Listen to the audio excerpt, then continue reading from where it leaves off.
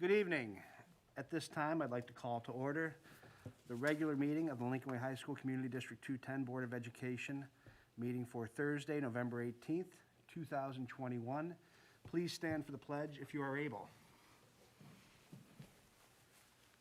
I pledge allegiance to the flag of the United States of America and to the republic for which it stands, one nation, under God, indivisible, with liberty and justice for all. Thank you. Roll call, please. Mr. Janik? Ms. Janice Doyle? Here. Mr. Kirking? Here. Mr. Lasine? Here. Mr. Lucetti? Here. Mrs. Stokes? Here. Mr. Kostick? Here. And moving on, we have three. I'm sorry, student council presidents are first. Who would like to go first this evening? Central? West? East? Fantastic.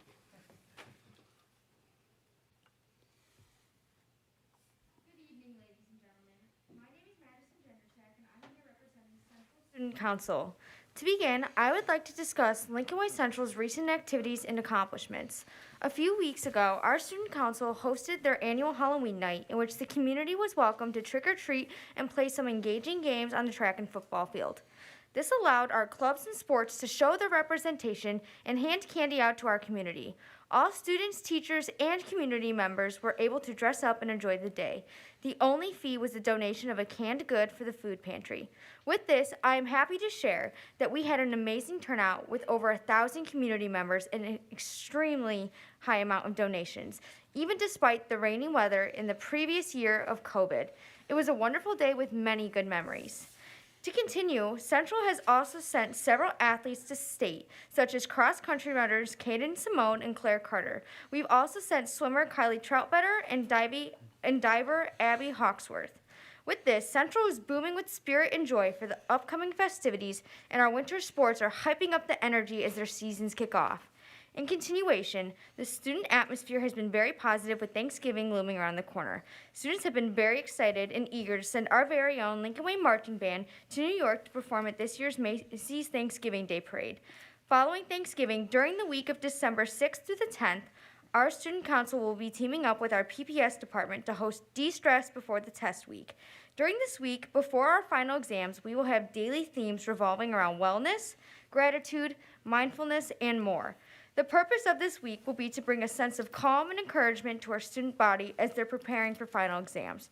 Following De-Stress Before the Test Week, we will have our annual holiday pajama day and sweater day as we kick off finals week in festive spirits.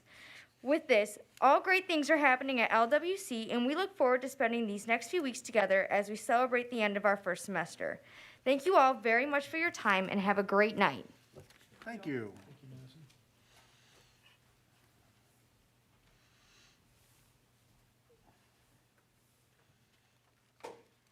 Good evening, everyone. My name is Peyton Lamphere, and I will be presenting on behalf of Lincoln Way East as Student Council President.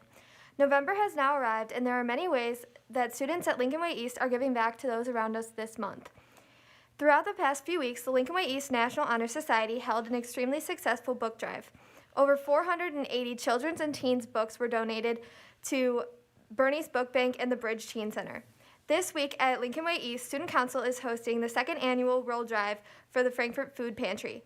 Students have the opportunity to donate paper towel and toilet paper rolls in their first hour classes from November 15th through the 19th. The first hour class with the most donations will receive individual buntlets from Nothing Bundt Cakes. We look forward to collecting all donations and giving back to those in need. Student Council will also be collecting toys throughout this week to donate to the Pediatric Oncology Treasure Chest Foundation. For every toy donated by our club members, Student Council will also donate $5 additional to the foundation as well. All toys collected will be distributed to children and teens that have been diagnosed with cancer.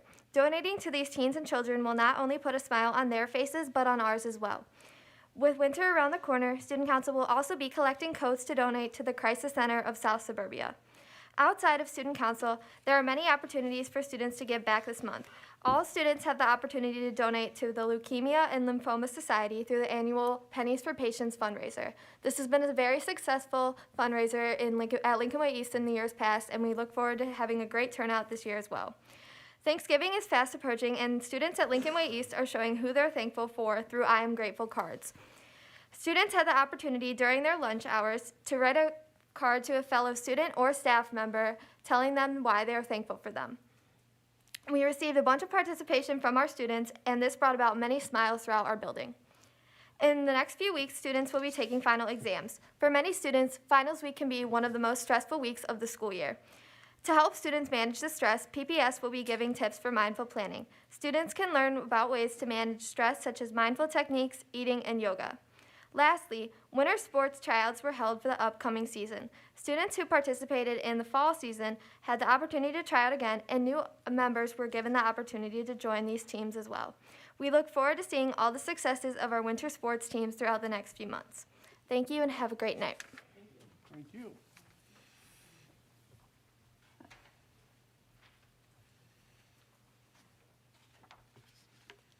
Good evening. My name is Emma Stiglick, and I'm the Student Council President at Lincoln Way West. I'm happy to share the many new activities already underway this month for our Warriors. The month of November, Warriors participate in a Warriors Are Kind, You Matter initiative. West has provided many opportunities for students to participate in various activities pertaining to this. The first week of November was Be Kind to Your Mind. For this, students involved in our Warrior Way program made motivational posters and posted them throughout the hallways of West. Along with this, every student was given an inspirational note on their locker. For the second week of November, Warriors focused on making someone's day.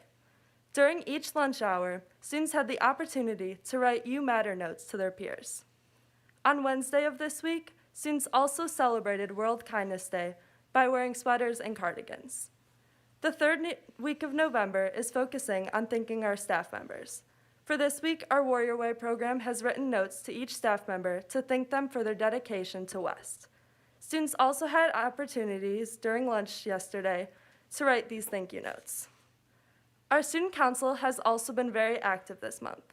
Currently, we are working on our annual Thanksgiving basket, where we supply 10 full meals and a $30 gift card to provide families with a full Thanksgiving meal. Along with that, we have a food drive for the new Lenox Food Pantry. These activities have had full participation with all 286 members, each donating 5 items to the drive. Also, the National Honor Society is finishing their toy drive for the Pediatric Oncology Treasure Chest Foundation, and it looks like we will have over 200 toys to donate. Some exciting news for West is our girls cross country team made it to state as a team for the first time in school history. And currently, our winter season competitive activities are up and running. Also, earlier this month, our PPS department held an application workshop and had over 49 seniors in attendance.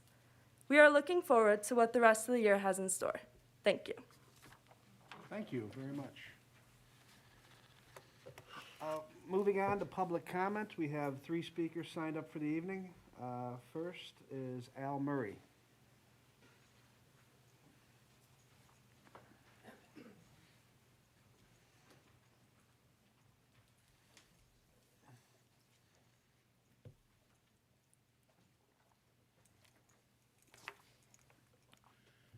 Some attendees did not stand for our flag at the last board meeting.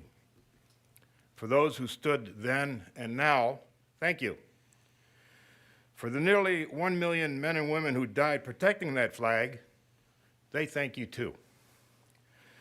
My name is Alan Murray. I continue to speak to this board about a very important matter, and that is we need to improve the proficiency rates at Lincoln Way High School. And we hold this board directly responsible for getting that accomplished. It's obvious that what you are doing for our students isn't working. The proficiency rate for English is still 59%, and math at 55%. Those are failing grades. You're failing grades. Budgets are important, but educating our children is more important. The parents, grandparents, and great-grandparents of this community are committed to electing board members who are willing and able to initiate proven and successful academic programs that will raise those grades so our children can succeed in today's very competitive world. I'm sure we all agree that our most important academic objective must be to make sure our children get the very best possible education. And if this board needs assistance in finding proven and successful ways of increasing those proficiency rates, don't be too afraid to ask for help. If other school systems can do it, so can you. Thank you. Thank you. Moving on, Tessa Quinlan.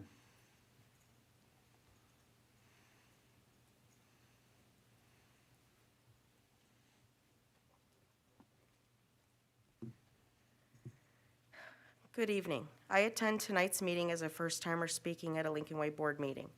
But I'm no stranger to Lincoln Way. I'm a mom of 3, 2 of which attend Lincoln Way Central, one of which is in special education. I speak here tonight during a month we are to give thanks. So I'm here speaking on behalf of some special education parents tonight to give thanks to Dr. Tingley, Laura Erlenbauer, and on to the board members that I spoke with during their meet and greet during election time earlier this year. I have not had the pleasure to meet all members as of yet. My advocating on behalf of my son has always been important to me. Over his 17 years of life, 14 years of which have been in education, I devoted myself to making sure his education was just as important as any other general education student. His education path is always so unique and requires input, updates, data collection, evaluations, re-evaluations, as well as mine and my husband's parent input statements. Our son cannot speak on his own behalf. He cannot advocate for himself. He cannot make decisions for himself. He just does not understand the importance of any of it, but we do. Back in March of 2021, I really wanted to educate myself on who exactly I'd be voting for to lead our Lincoln Way 210 district. I attended multiple meet and greets via Zoom. I engaged in every one, asking questions and really trying to understand the person running as well as their background and experience. I learned a lot from the individuals I spoke with, but I also realized that I believed in those who would listen to my concerns. But understand, my concerns are concerns of many. I may speak of my son and our journey, but in all that I've ever done for the special needs community, I have always included many other special needs individuals and their families. My outlook was and is always, I can't be the only wanting this for my son. So I felt it was time to really engage myself with those who serve our community. What I learned about the candidates is about their background and how they can be best at representing Lincoln Way 210 as a board member. Although I believe that in every person who runs for a position such as this, that each person has their own knowledge and experiences to reflect on when making informed decisions on behalf of Lincoln Way 210 students. But what I also learned is that I didn't see one of me on the board, neither personally or professionally. So I made a promise to my son that in order to be understood, I needed to speak up. So that's what I did. And when I did, I was met with kindness, patience, understanding, and the willingness to listen. As I reached out to the individuals who serve on the Lincoln Way 210 board, I also reached out to close Lincoln Way 210 special needs parents of those who I knew had similar concerns and had same agenda as myself. It was about our children, Lincoln Way 210 students. We met, we talked, we gathered up concerns and presented to some fellow board members, Laura Erlenbauer and Dr. Tingley. We were and are thankful for their willingness to do so. In doing such, us families have now opened the door to increased communication with our families between teachers, special services coordinators, activity coordinators, Mrs. Erlenbauer, as well as Dr. Tingley. We now meet monthly to voice our strong efforts that allow for our children to be continuously included in events, programs, dances, sports, clubs, etc., now and for years to come.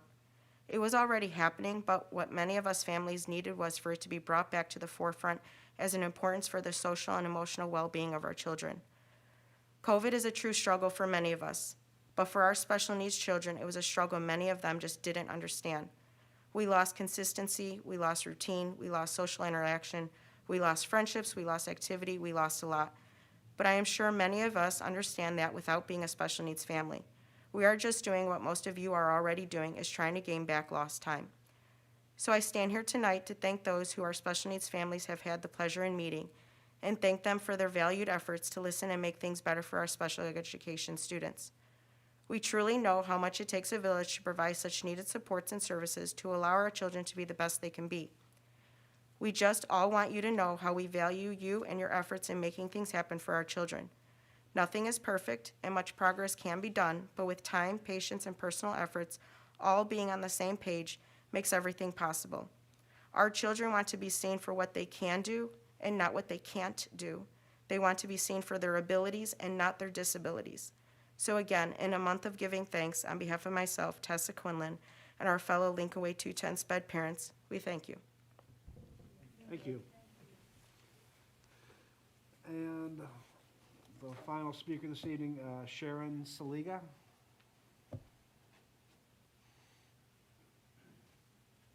Good evening. Thank you for giving me the opportunity to speak here tonight.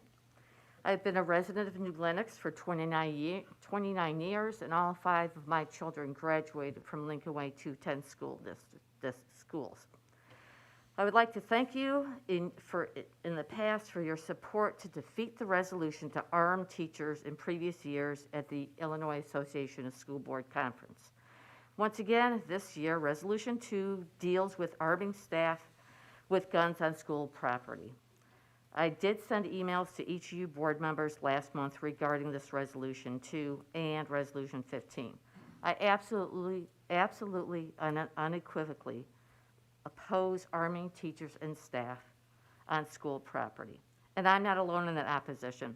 In fact, both the National Education Association, the American Federations of Teachers, opposes allowing guns in schools, along with the National PTA, the American Medical Association, Mayor City Chiefs Association, the National Association of School Resource Officers, and the Illinois PTA, just to name a few. The more guns that are coming into the equation, the more there is a risk of somebody getting injured or killed. This type of resolution has been on the agenda and voted on by the IASB the past few years and has not garnered enough votes. 2 years ago, the Mokena police chief spoke at the Mokena school board meeting and told the board that if there were a staff member involved in stopping an active shooter on school premises, that when law enforcement would arrive, how would they know who the good guy or person is with the gun? Allowing this resolution to be passed so representatives can lobby down in Springfield to bring forth a bill like this is a dangerous proposition. Our Lincoln Way 210 students travel to many areas in our states for different extracurricular activities. What if one of our students is injured or killed at a school where a staff member is allowed to carry a firearm? This type of heartbreaking tragedy would be avoided with a no vote, so I ask you to do not adopt Resolution 2. As far as Resolution 15, child gun safe storage, part of it reads, Illinois currently prohibits adults from storing or leaving his or her firearm unlocked and inaccessible to a minor under the age of 14. And this resolution proposes that the age should be increased to 18. The main reason to support the age increase is the fact that 78% of all school shooters under the age of 18 obtain these firearms from their homes or the homes of relatives. Advocating for the raise in the age of safe storage is a common sense way to reduce school shootings by youth and teens. Also, raising the age would also decrease the amount of youth and teen suicide. 43% of all teen and youth suicides in the U.S. is by firearm, and that number is increasing every year due to easy access. Raising the age could also prevent unintentional shootings as well. There was an unintentional shooting in 2009 at the home of Ryan Burke. He was unintentionally killed by his older brother, and both were Lincoln Way 210 students. There was another unintentional shooting that killed a Lincoln Way 210 student in November of 2018. So please vote to put forth Resolution 15 that raises the age for safe storage, which would indeed save lives. Thank you. Thank you. Okay.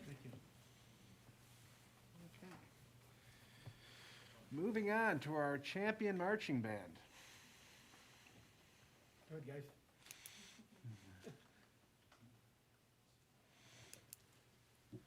Good evening. My name is Justin Eckert. I'm joined here with my fellow drum majors, Heidi Knispel, Maria Ream, Nicole Keating, and Maddie Clark.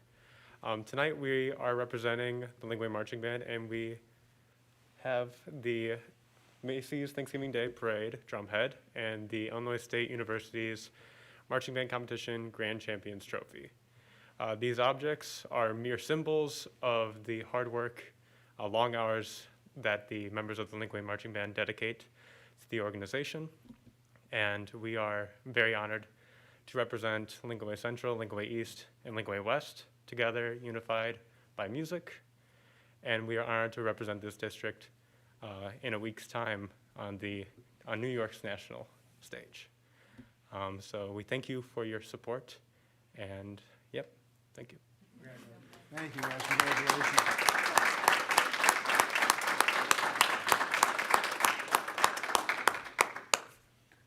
Congratulations, good luck. Warm thoughts with you next week. I don't like the forecast. Hopefully they'll change that a little bit, but we will all be watching. Thank you for all your efforts and good luck and thanks. Thank you. Thank you. See you on TV next week, Yep, we'll guys. see you next week, guys. Moving on to the fiscal year 2021 audit report.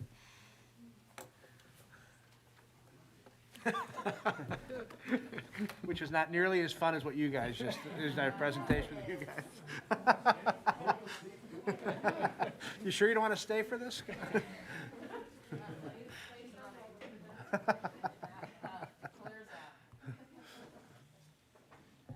right, good evening, everybody. Hello, Kelly. Hi. Tonight we have Katie Napier here from Wermer Rogers, Duran and Ruzon, our audit partner, who is here to present the results of our fiscal year 21 financial statement audit. Just briefly, I am happy to say that the audit went very smoothly on our end this year.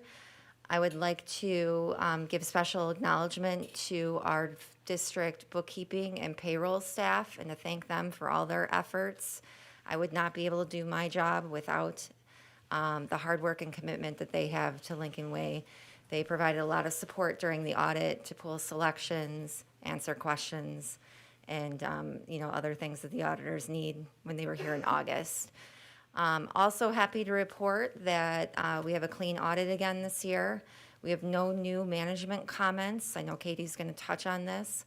And Dr. Tingley mentioned last month, and I know that she will also be touching on this, that according to our AFR financial profile calculation, once that is finalized by ISB in the spring, it looks like we will be at a level of recognition. So that's a big deal, considering just a few short years ago we were on the watch list. So I will turn it over to Katie, and thank you for being here tonight. And if you were to have any questions, they're available, or I'm available for questions after the presentation. All right, thank you, Kelly. As Kelly said, my name is Katie Napier. I'm here from Wermer Rogers, Duran and Ruzon to present the fiscal 21 audit for this year. I have a presentation up here, but I also have the hard copies. So if I do not touch on anything in the PowerPoint, please feel free to stop me and ask any questions as I go. I'll skip past this part. This is just a little bit about our firm. We're located in Will County. We have 4 active partners currently. I was the partner on the district's audit this year. A little bit about myself. I've been here for the past few years, so I'll just skip past this.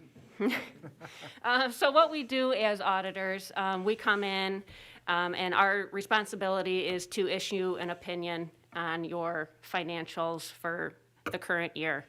So we look at that cash is reconciled, we look at any investments, we looked at your property taxes, agree to what the county says, we looked at everything is allocated correctly. We'll look at your payroll, make sure it's reconciled to your 941s that you're reporting. We'll look at expenditures. We'll make sure that those match invoices, have proper approvals. So we're looking at a variety of things. And what we aim to get at, and what our, again, responsibility is to issue an opinion. So I do have up here the pages that I'm referencing. I just have snippets from the report. But the two paragraphs that are of importance of the opinion are the actual opinion itself, which it says we audited the financials, and then that second paragraph there says it was a clean opinion on the cash basis of accounting. So that's what you want. That's the best opinion you can have. If you were looking for an overview of the audit, you would look at the management's discussion and analysis, which is on pages 4 through 11. What I have here are just a snippet of the changes in the fund balance for the year for each of your funds. So the general fund is actually a summation of your educational fund, your O&M fund, your working cash fund, and your tort fund. And then you'll have transportation, debt services, capital projects, and actually your only non-major governmental fund is your IMRF Social Security fund. But if you look, 6/30/2020, the ending fund balance was $28 million. And then on the farthest right is the June 30th, 2021 balance, which was $42 million. So we kind of ask, how did we get there?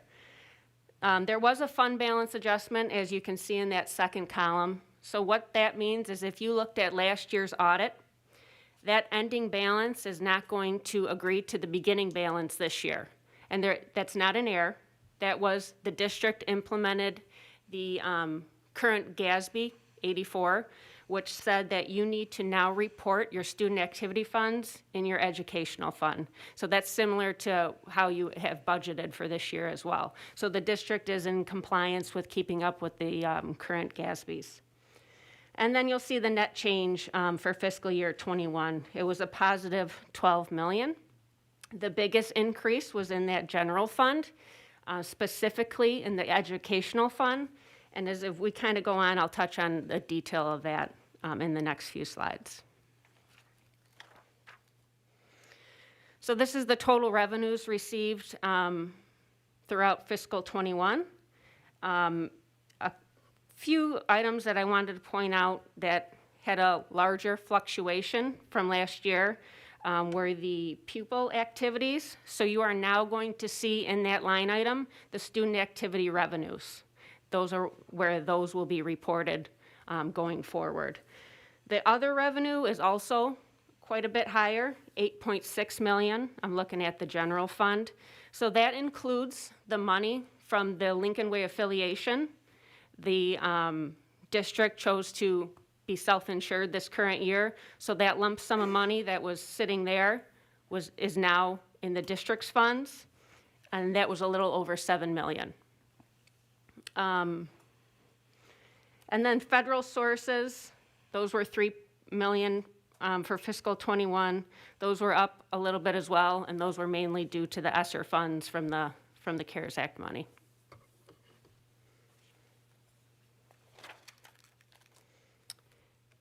Take a quick look at the expenditures dispersed throughout the year. No big fluctuations from prior year. I would say maybe the biggest was in the capital outlay in the general fund. There was less site improvements in fiscal 21 than there was in fiscal 20.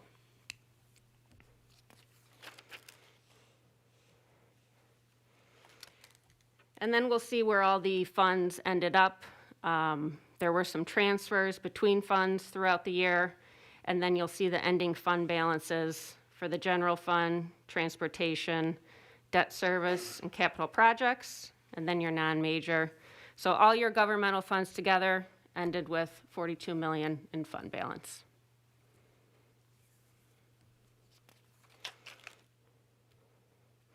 I'll comment on a few of the notes that are in the financial statements. I wanted to highlight this one because I think it's a great kudos to the district. There was actually $100,000 of tax anticipation warrants, but I think that was just a part of the agreement with the issuer. And I think those were paid back fairly quickly, I think within a few weeks. So there's actually, no warrants drawn for cash flow purposes, and the short-term borrowing at the end of the year was $0.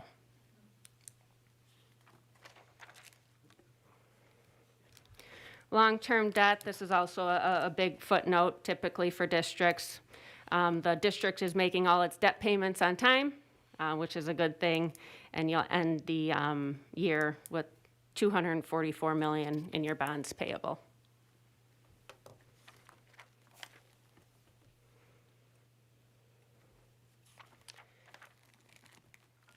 Just want to make a few comments on the single audit. So because the district had an excess of $750,000 in federal funds, federal expenditures, you are subject to the single audit. So that is, we specifically look at your grants.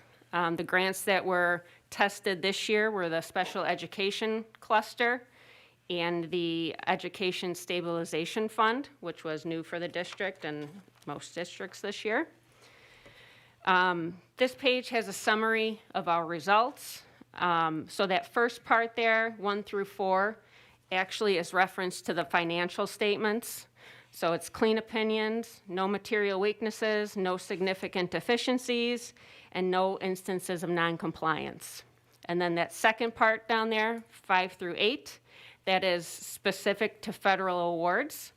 So that also had a clean opinion, no material weaknesses, no significant deficiencies, and no audit findings.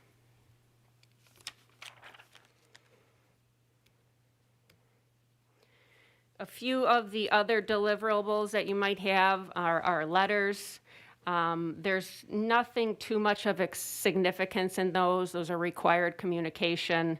The letter communication with those charged with governance at the conclusion of the audit letter, that actually has our adjustments, our proposed audit entries. So if you were to take those, combine that with the trial balance we were given, that's how you would come up with the numbers that you see in the financial statements. As Kelly said, the management letter, there were no new comments this year.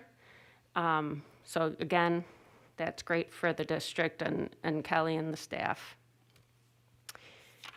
And the last item that I had was actually from the, what gets reported to the state in the annual financial report. And I think Kelly touched on it a little bit as well. Page here.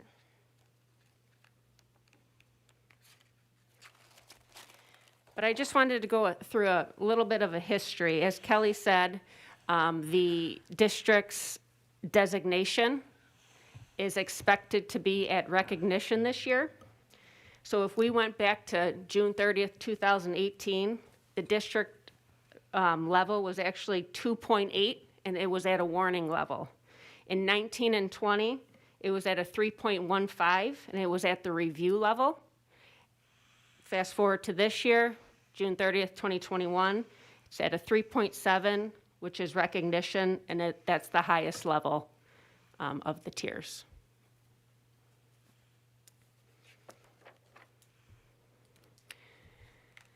That is all I had. If anyone has any questions, I would be happy to answer.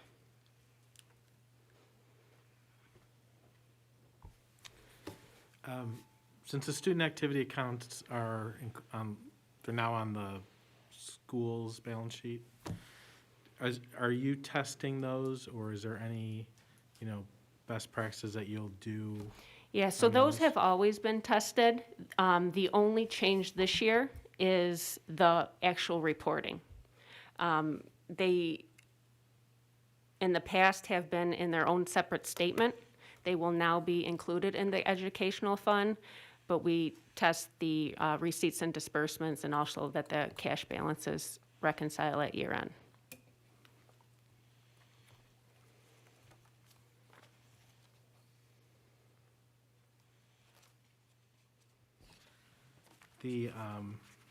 I guess this is more internal, the expenditures in excess of budget, and as we come in the end of the year, I mean, what should we be monitoring for so we don't have, because isn't there a chance to amend the budget in like June or May or June? Mm-hmm.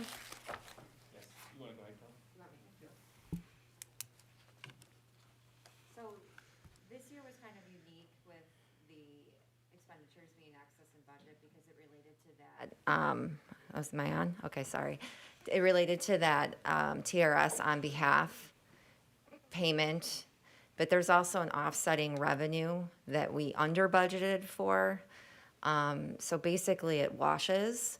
If you were to remove that from the, remove that entirely from the equation, we actually were under in the ed fund. We spent less than what we had budgeted for. But we will be monitoring, we will continue to monitor throughout the year that if we do have anything that is trending above any, actual expenditures that are trending above where we expect them to be, we will be looking to possibly amend the budget if we think that that is what we need to do. But in this case, there wasn't a whole lot we could do with a TRS on behalf, just because we don't have that calculation. It's a pretty complicated calculation that we don't get until pretty much the end of the year. And it would have been too late for us to do a budget amendment anyway. But that's a non-cash, that's just a. Right, it's, yeah, we never see the money, it's never, sent to us, we never send it to anywhere. It's basically just a number that is added to our report, strictly for reporting purposes. And it would ultimately be up to you, I think, as a board, and up to Superintendent Tingley. But, I have experiences where if that's the only thing where expenses are in budget, you may not choose to amend a budget simply for that. However, I have updated those figures to the best of our ability in the spring, like you said, May, June. If amending the budget anyway, that's something that we can update so that that doesn't occur in the upcoming audit. So we have that flexibility.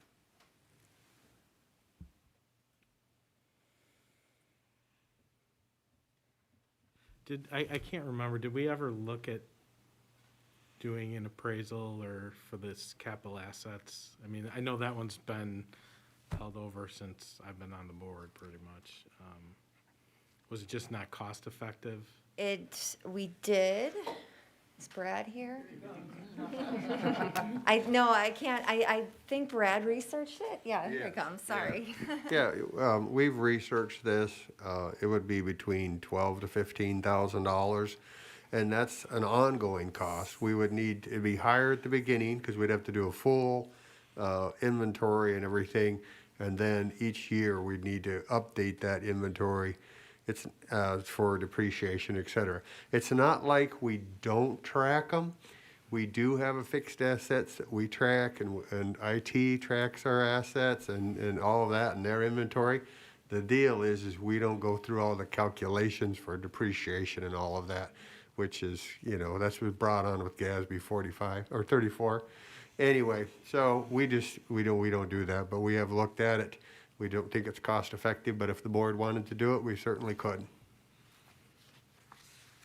Thanks, Brad.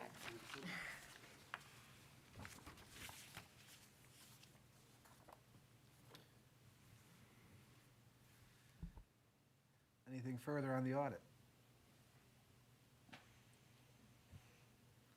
Thank you very much. Thank you. Thank you. Appreciate it. Great job. No problem. Thank you. All right, moving on to our debt restructuring options. Yes, we have Mr. Bob Lewis here this evening from PMA Securities. And as the board knows, and we alluded to in last month's 5-year financial forecast, debt is something that we've been tackling for some time. And Bob has several scenarios, and you can see in the presentation that, and I'm talking a little bit while he gets himself projecting here. But we've taken a look at some immediate decision points as well as things for a year from now. We have some certain pieces of debt that are not callable yet. And so some of the purpose of tonight's presentation is just to let the board see what options will be upcoming and what variables we continue monitoring in terms of the market and interest rates. But there are a couple of decision points that are important to talk about now. And so Bob is going to walk through some of that tonight. Turn it over to you. Thank you, Mike. Before I go into my presentation, congratulations on your improved financial picture and getting the highest score from the state. That obviously helps on the journey to an increased credit rating. So, and we'll talk about that a little bit when I get into the presentation. Mike did a good job introducing the presentation, so I'll just go right into it. And the first slide here is a chart of two different sets of data. You have the gray area in the background, which represents the federal funds rate. The purpose of providing that data says just to give you an idea of what monetary policy was at different times throughout the last 20 years. When that gray data point is very low, that corresponds to what we call in the textbooks easy money policy. You know, it's usually right after a recession. And the blue lines represent a municipal bond market index called the MMD. The light blue is a 5-year rate on the index, and the dark blue is a 10-year rate. So a couple of other takeaways I want to provide you on this chart is to look at the far right to see where this index is today, and then look all the way across the chart. You can see we're near historic lows.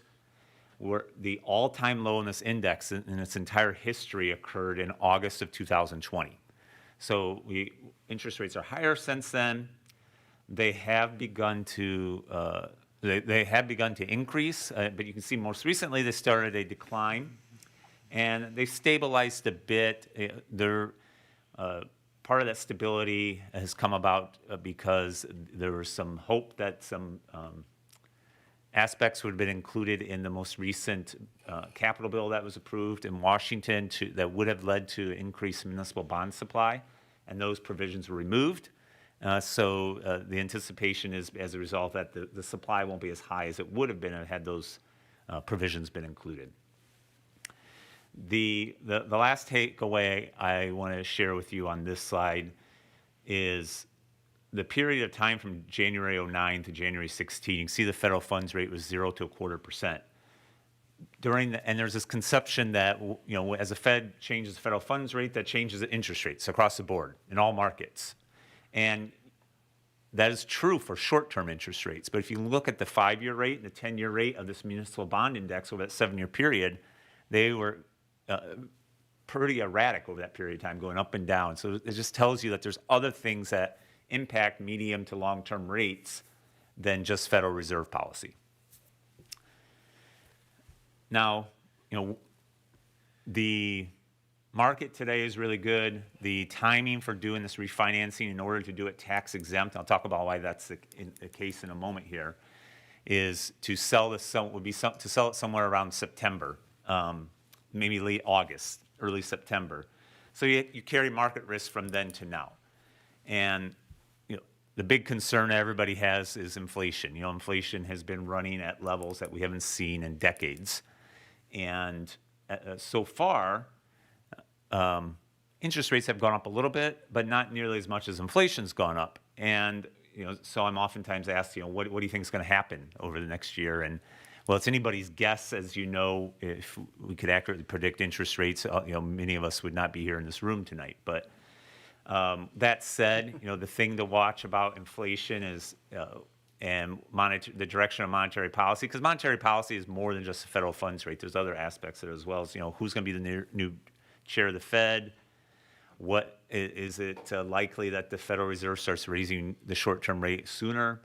Does the perspective about inflation change? You know, right now there's a debate about inflation and whether it's transitory, you know, short-term in nature, or is it something to be more persistent? Things like the 1970s, for example. And as those things unfold, you know, you may see interest rates start to get some upward pressure next year, or you know, there may not be as much, you know, they may not go as much up as much as you may think as a result of inflation being as high as it is. In the analysis that we're presenting in here, we did include an extra 0.5% over the current market, just to provide a little bit of cushion in case interest rates go up. So here's an overview of your debt. And you know, I began this journey with you on your debt picture in about the summer of 2018. And one of the things that we worked with the board on is to set some objectives, some guiding principles that we would all utilize as we put together different plans to ensure that we met what we find the outcome, what we want this to be, to meet the ideal that we desire. And You know, unfortunately, the first one was to, explore all options to sell Lincoln Way North because, being able to sell that would provide cash, which could have been used to pay down debt. And unfortunately, as you know, that has not occurred yet.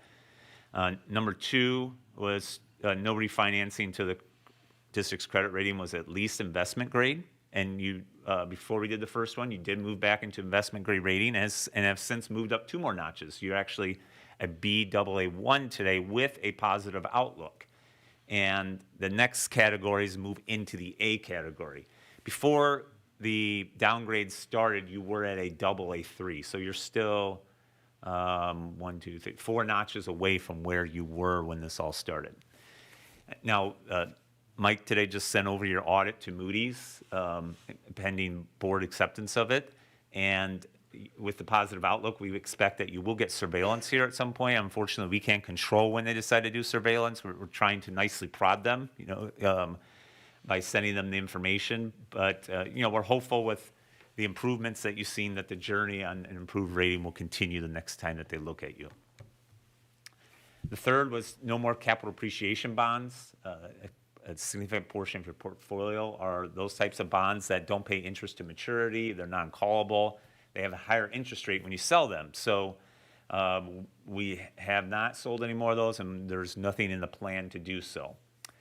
And then any refinancing we do, while we're trying to mitigate the slope that you'll see here in a moment of the growth of your annual debt levy, in order to not increase the debt burden too much, the board said not to let it go out more than 3 years. So any plan that we have presented and will present tonight has never gone out more than 3 years from the current retirement date.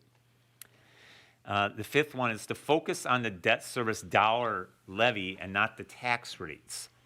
And that's a very important distinction. When you're talking about the levy, you're talking about the dollar amount. That you have absolute control over as the Board of Education. You decide what's going to be levied for the bonds as we sell the new bonds and restructure these. You don't directly control the tax rate because the tax rate is a function of the levy, which you do control, and your EAV, which you don't. And that was the lesson of the Great Recession learned by your district and many other districts is to try not to focus on what the tax rate is as the objective because you can't control that. Because what happened after the Great Recessions is Great Recessions, EAVs went down and bond tax rates went up. They went up well beyond what the objective was stated to the public. So by focusing on dollar amount, you take away the risk that EAV projections are off. And then to the extent possible, do the debt restructuring as tax exempt. Tax exempt means your investors don't have to pay interest. They don't have to pay taxes on the interest you pay them, so they give you a lower interest rate. And lastly, no restructuring shall be done without review and analysis how it impacts the district's long-term objectives. And one of the benefits of this program is this is the second phase that's coming up, and one of the reasons that we did phasing is to try to get closer to the call dates and make it more cost-effective, but also allow you to adjust the plan to new information as time goes along. When we first started this plan, CPI, for example, had been pretty stable for several years.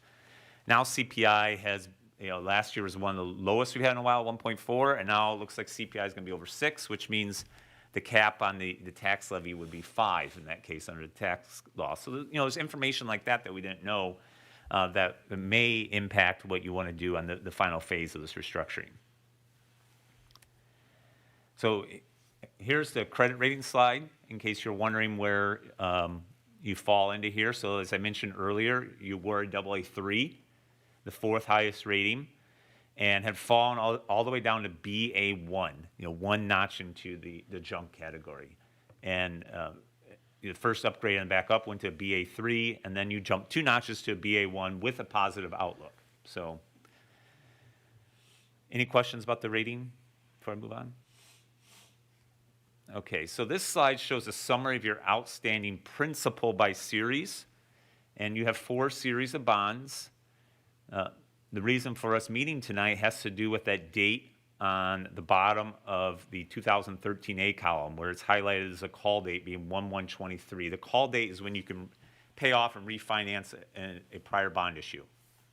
Unlike our home mortgages, which you can pay in and refinance anytime you want. Bonds have a period of time before they're callable, if they are even callable. Like I mentioned earlier, capital appreciation bonds, like your 2006 bonds and your 13B bonds, are typically not callable. So those have to just, for the most part, attain maturity before you get rid of them. So with a call date of 1/1/23, I mentioned earlier, we try to sell everything tax exempt whenever possible. Well, under current law, you can do a tax exempt restructuring or refinancing of the 13A bonds within 90 days of that call date. So it roughly takes you to October 1st, 2022 that you can close. The market usually will let you sell the bonds about 4 to 6 weeks in advance of the closing date. So that's what takes us back into August, is when you can lock in the rate to close in early October and meet that requirement in order to sell them as tax exempt. So let's see, we're November, that's August. So you're roughly about 9 months away from that point in which you can sell those bonds on a tax exempt basis. We're going to talk about a couple different options here a little later in the presentation. So the next slide here shows you a summary of your outstanding debt service by series and in the aggregate. I want to point your attention to the green column. That is the annual change in your debt levy. So your debt levy has been going up, as was consistent with the plan, by about $2 million per year for levy year 19, levy year 20. And then the next phase was to address levy year 21 and after. So levy year 21 has a large increase of $4.8 million.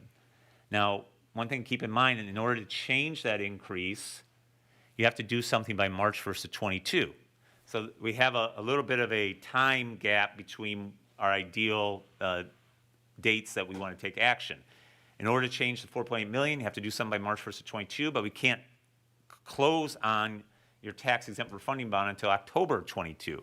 So what do we do to bridge those two dates? And we'll look at that in the options, but you're probably familiar with what we've talked about before, is using cash potentially to abate that levy down to what would be a more ideal target, and then use the refinancing to take care of levy years 22 and after. So these options that we're preparing to look at in this next section, the board's not going to be asked to make a decision on these tonight. We're just introducing to you some of the ideas that PMA and the administration have looked at. And then after we go through these ideas, at the end of the presentation, we'll talk about what are the next steps, when you need to make those decisions by, so you know which decisions you have to make first. So this scenario that we're calling 1A would be where you would take action to reduce the levy for levy year 21 for bills payable in 22 by roughly $2.8 million. To continue on that path we've been on, which is annual increases about $2 million per year. And then level off about $27.25 million, and that would be a 3-year extension of your debt in this scenario. So you already have some principal in levy year 32, and it'd be going out to levy year 34. And the objective here is to level off the payment eventually, like I talked about earlier, where you control the levy amount. Then as EAV goes up or down over time, you don't really have to be as concerned about that, because at least you'll be able to say our levy's the same. That's what we can control. That's what your taxpayers are used to when it comes to their car payments and mortgage payments. They'll stay the same. Now, but before you can get to that point, you will have to have 3 more increases in 21, 22, and 23. What's been really nice for your district, however, to help absorb those increases, out of all the school districts I work with, you have the most new property that comes onto the tax rolls each year. I mean, it was like $90 million or something. Well, that new property that comes on the tax rolls helps to absorb those increases in the debt levy until you can get to the point that it's leveled off. So in option 1A, this is where you would do the abatement in the spring by March 1st, and I guess it's technically still winter. And then later on, when we do the restructuring, the district would recoup, would recoup that $2.8 million as part of the restructuring. Mechanically, well, the way that works is you take 2.8 million and you set it aside at your paying agent, who pays your bond invoices for you to your investors. And they hold on to that money in the event that the restructuring doesn't occur in time. And if it doesn't occur in time, then they use that 2.8 million to actually make the bond payment. If the board were to decide to reimburse itself, then that 2.8 million would come back from the paying agent. Option 1B is where the use of the cash would be permanent. And in here, you'll notice that last year is lower than it was in the prior scenario. So most of that is done to take off the last year and reduce that amount. A little bit is taken off each of the prior years too. But the biggest impact is until the last year. The delta for making that $2.8 million permanent, I want to say it was somewhere around 3.9 million reduction in levy. That's not a present value calculation. That's just how much less you would have in the levy as a result of not paying interest on $2.8 million worth of principal. Now, there's pros and cons of doing that. Pro is the one I just stated. You get more bang for your buck by using $2.8 million and making it permanent because you eliminate about 50% of more in debt service. The con might be is that 2.8 million is not available for other uses that you may have, that the board administration may want to use that 2.8 million for, like capital, for instance. And and I know you have a comprehensive capital plan. You set aside funds every year, so that's a decision point that the board will have to make on the use and the best use of that $2.8 million. So that's option 1A and 1B. Both of those are focusing on an abatement to prevent the increase and then eventually getting to where it's leveled off. Option 2A is where there is no reduction in levy year 21. So it's just allowed to go up to the full, to remain where it's at. Levy year 22 would be a slight increase, and then it's leveled off at about $27 million per year. And then there's a drop off at the end. Option 2B is similar to 2A, except in levy year 22. You notice levy year 22 stayed the same as levy year 21. And that's where we were talking about adjusting to new information, like I mentioned earlier, is levy year 22 is going to have the largest allowable increase under PTEL. It's not that you would take the whole increase, but it will have the largest allowable increase.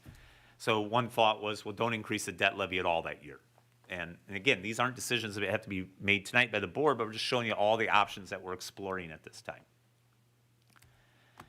Levy year 3, or excuse me, option 3 is one that takes into consideration that you have a relatively low CPI of 1.4% for next year's tax bills to be followed on the heels of that by a 5%. The reason I'm saying 5% is because the tax cap law says it can't go up more than the lesser of 5% or CPI, and CPI for the first 10 months is running over 6%. So it's likely the 5% will be invoked for levy year 22. So this slide here is the summaries that just brings it all together. So option 1A, 1B, a positive number at the bottom of the column means that the debt service went up for that option. A negative number means that the total debt service paid back goes down versus what you're currently paying.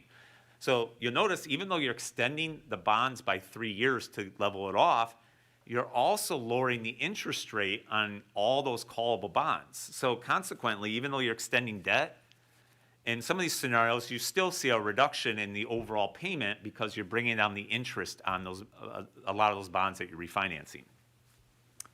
The delta between these two scenarios is the impact of using the cash of $2.8 million. So that's, again, around $3.8 million that levy that is reduced. I will point out on this slide, because one of the points the board's going to have to make when I get to my summary slide at the end is to stair step or not. That's really the first decision you're going to have to make. And the benefit of the stair step on a $300,000 home is $64. Whether you reimburse yourself for the abatement or not, that first year is $64 on both those options. So the decision there is a stair step. That's the first decision. The next slide here just gives you the summary for 2A and 2B. Those were the scenarios where you didn't reduce the levy at all. So you notice in both these cases, the payback is lower.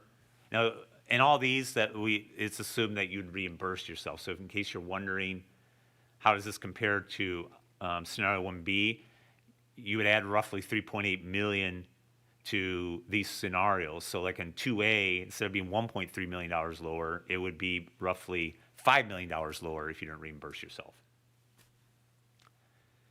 And then lastly, this is the one where we take some consideration of what's going on in CPI and try to marry together the operating and the debt side of the picture. So this last slide here takes into consideration the expected changes in the operating levy and the potential changes in the bond and interest levy in all these scenarios. So one of the key factors here is what's CPI. So we know CPI for levy year 21, 5%. We're expecting it, or excuse me, 22, we're expecting it to be 5% unless gas prices or something really plummet here in November and December and drop the running CPI below 5%. Doesn't seem likely. And then we assume 2% each year thereafter. So in each of these scenarios, when you take the two levies together, the operating and the debt levy, you get different changes in the overall levy. So like, for example, in the existing debt structure, you go up 6, then you go up 5, and you go up 3.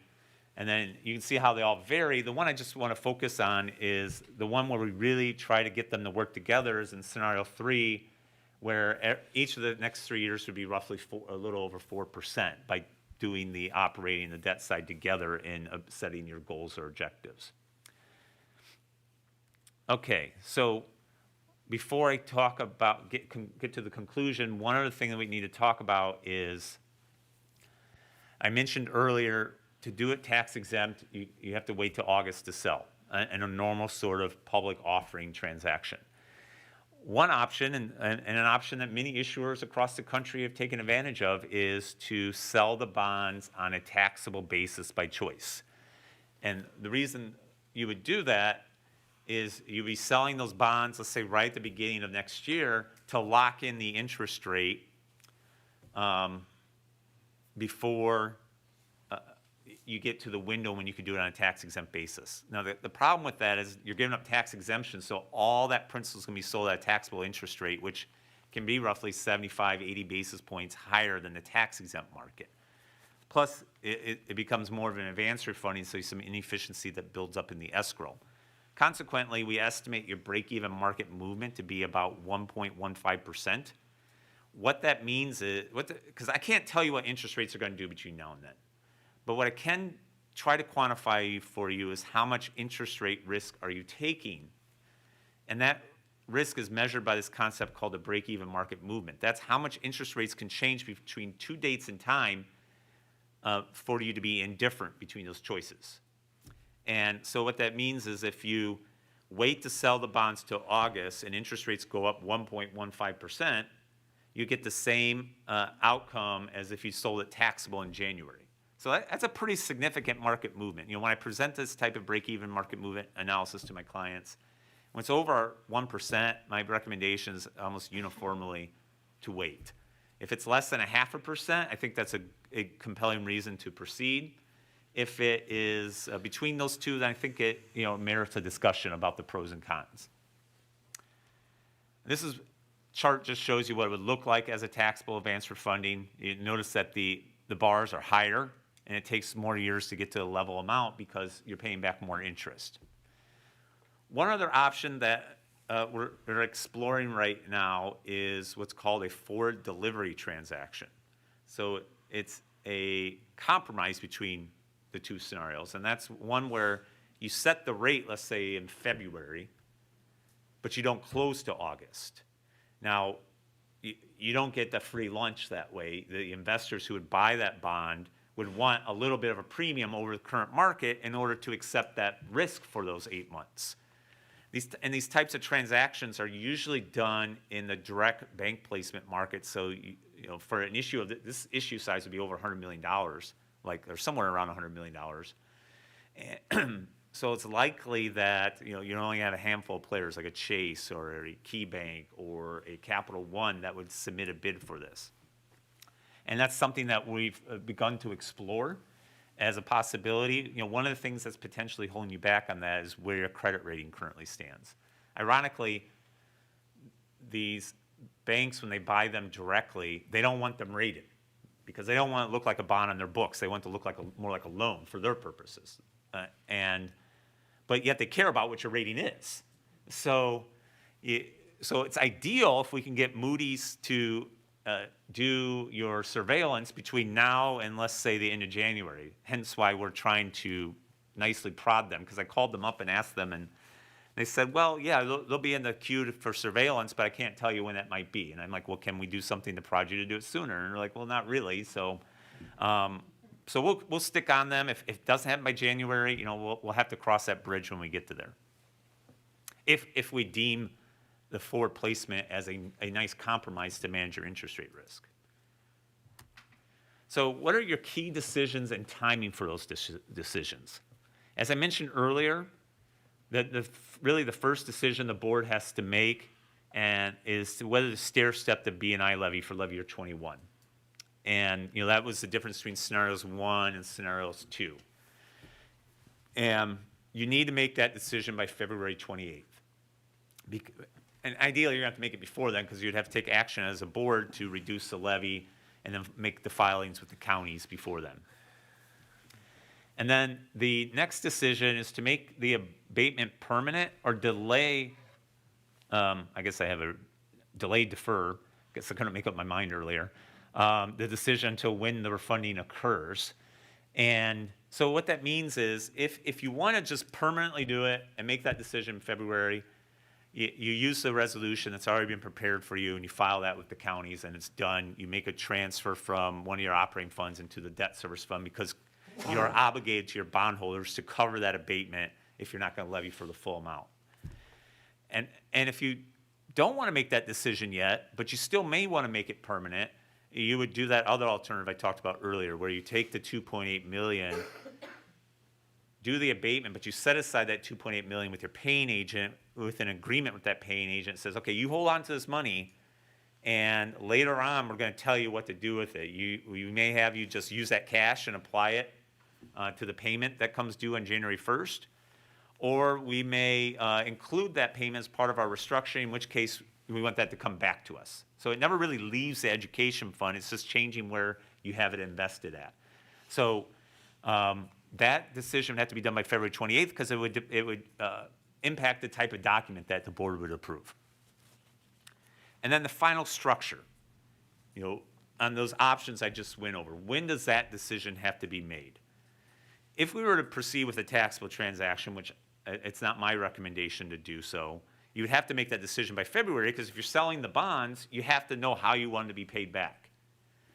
If you're going to do a forward delivery, we have to structure the bonds as well as part of the forward delivery. Even though it's not delivered until October, we would have to set the structure by roughly February. I'm saying that because you could sell the bonds in February, you could sell them in March. Nobody says exactly when you have to do a taxable refunding or forward delivery funding. But if you're going to manage your interest rate risk, I imagine you do it earlier in the year because the later you do it in the year, you're getting closer and closer. We could just do a traditional deal.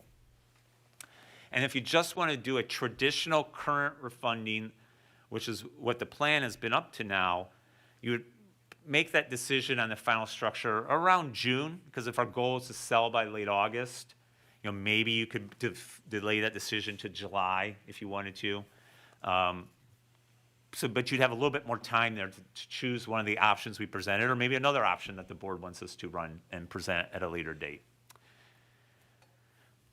So what are this is this timeline if we were to do the traditional sort of financing. I should mention, and as part of these next steps, we anticipate that I'd come out again was it January or February, Mike? February? Okay, that I'd come back out in February, to maybe talk about some of these issues again, but then to ultimately help you decide, or if you haven't made your decision already, it's stair step or permanently abate or not. But if we follow the plan to do a traditional public offering, this would be the path we would do. We're having the presentation tonight, March 1st. You make that decision on the stair step and abatement by that date. And then you choose an option by the board meeting on June 16th. We'd contemplate that you'd also pass the resolution that night. And we could go all the way to July if we had to, and still be comfortable selling the bonds in late August. We anticipate the rating call will be around August 13th. You see the rate around August 20th, and then you'd have the bonds sold on August 30th with the closing on August 4th. Now, whether you see a rating change in August, if we follow this path, will depend on, what happens in surveillance. We're hopeful that rating improvement happens with surveillance. If it happens with surveillance, it's not likely that it will happen again in August, but it could for a couple reasons. One, you'd have unaudited numbers you could present for the fiscal year it just ended that hopefully showed continuing good finances. And also, one of the things that they've put in the report is that you still had additional steps to finalize your debt plan. Until that's done, it's a little bit of risk to your credit rating. Well, if we're going to them in August to rate this final bond issue, that risk would be gone. So that's another reason why you could potentially see another change in the rating in August too. So that's the presentation. In the appendix just has some of the detailed schedules that fit into the graphs. So I'll go ahead and pause for questions, unless Mike, Brad, you have anything you want to add?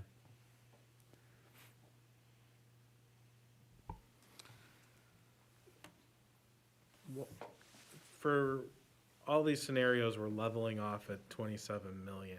Is there a reason that amount was picked?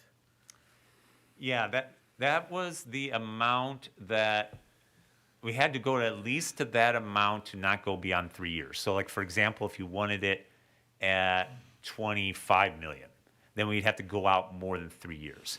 If instead you're like, you know what, we're fine at 29 million, well, then we could go up a little bit more, and then you could maybe cut a year off at the end and you only go out 2 years.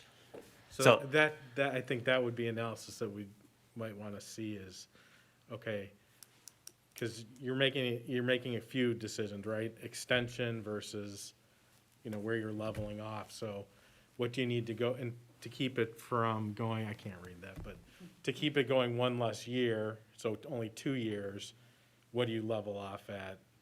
Because I think that was one of the things, for us that were on the board, the first go around, I think we kind of picked a hybrid where we kind of tried to keep the extension to 1.5. We tried to shorten the extension a little bit. And I think looking at, the scenarios right now, and I know rates could potentially move, but I think you did a pretty conservative estimate in there.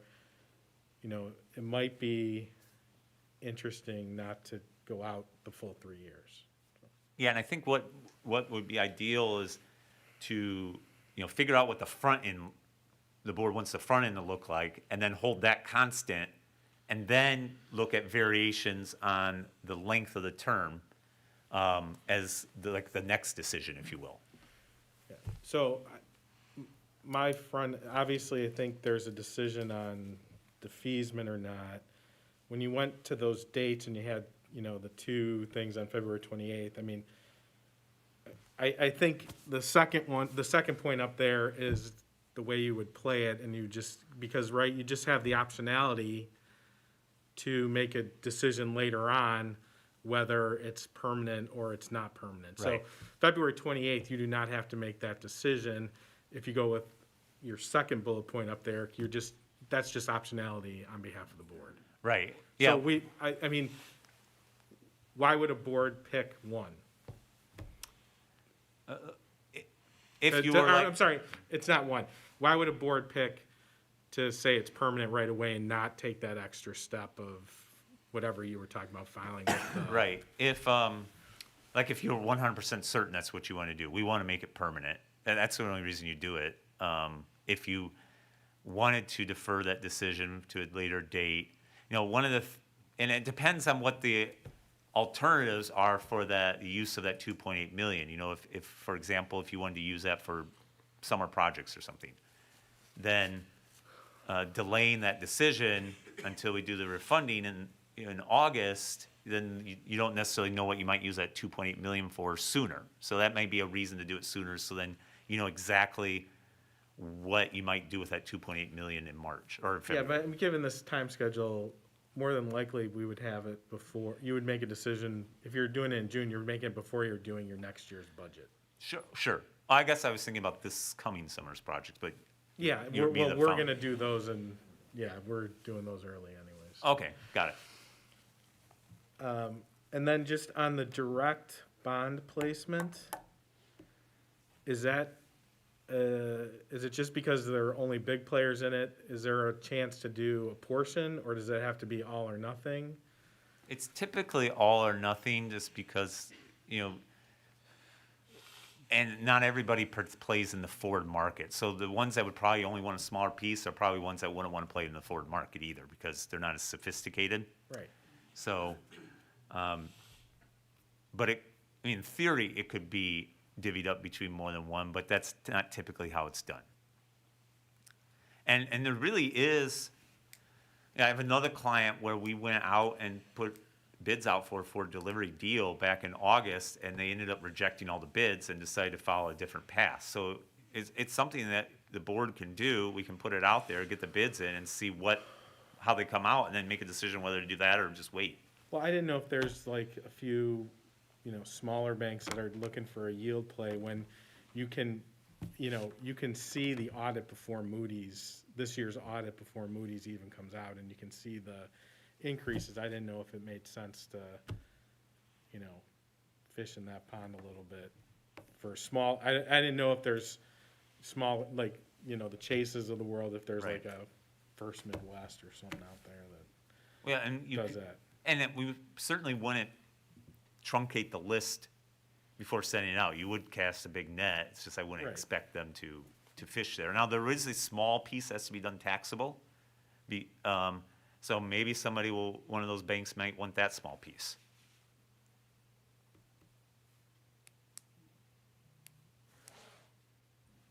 This is a little bit for Mike, I guess, and Brad.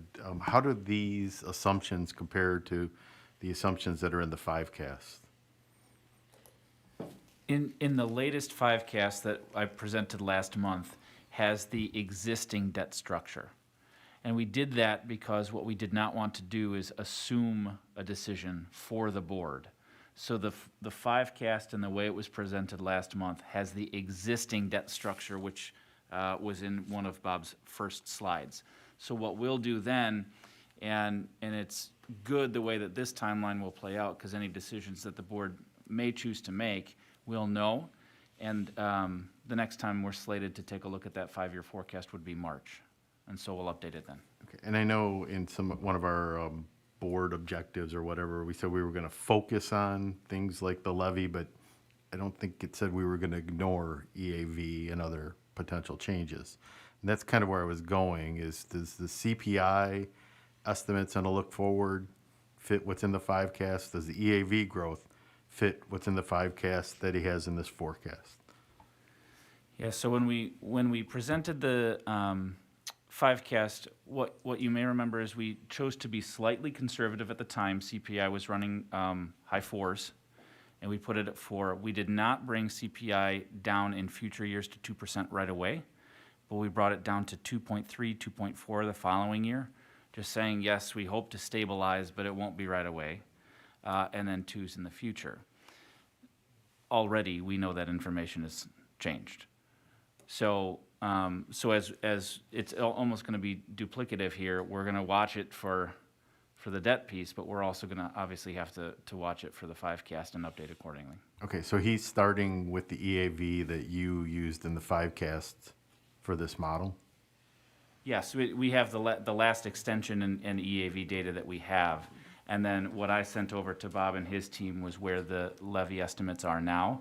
What you'll see later, and I understand your question, that tonight's levy, the actual tax levy will include a ballooning, which I'll walk through later.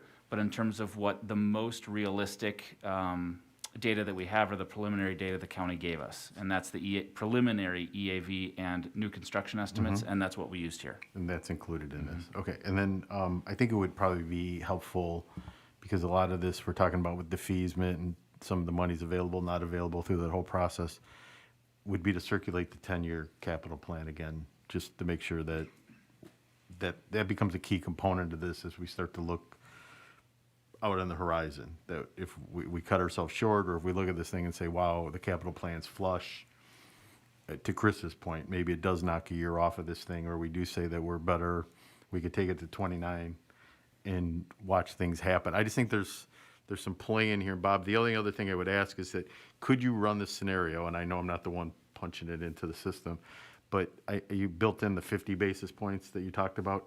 Could you run it at like less than 50 basis points? Yes. On $100 million, I got to assume that's going to be a little more than a rounding error, and just see where that does. I guess why I'm going through this whole exercise is, I think with interest rates being low, and while I agree with you that they are still low, the trend right now is not our friend. It's the 10 years climbing. Now, whether it's long-term or not, we had that discussion the other day. We'd be in Aruba having this conversation then on Zoom. I just think, looking at it from a realistic perspective, I struggle with the whole idea of kicking it out. And if EAV is growing, and we think that we still got some opportunity for growth, because we've got things like an infrastructure bill that just got passed, and a lot of other still stimulus, short to intermediate term, that by your own admission, we still got a lot of farmland, we still got a lot of growth area here. We're not a landlocked district like a Proviso or some other district that may be. I think we have to keep that all in mind, that if we don't have to kick it out 3 years, why would we? And that's what I'm kind of pushing back on a little bit. Is, hey, the interest rate scenario that we're looking at right now, or the interest rate cycle, is much different than when these were first issued. So we know we're going to get some relief from that. We've got some short to intermediate relief coming from a good economic kick. Now, I'd be the last one of this whole group to predict that we wouldn't have another downturn, whether it's the Great Recession, COVID, or anything else that could come into play that we don't know what we don't know. But I also just don't want to kick it out for the sake of kicking it out. Yeah, so what I'll do is, so we're not doing all the scenarios, maybe redo scenario 1A and do it at current market, and maybe, because we already extended part of a year, maybe I'll just fill that year up and not the next two. And then you can see what that looks like to compare to the current scenario 1A. Okay.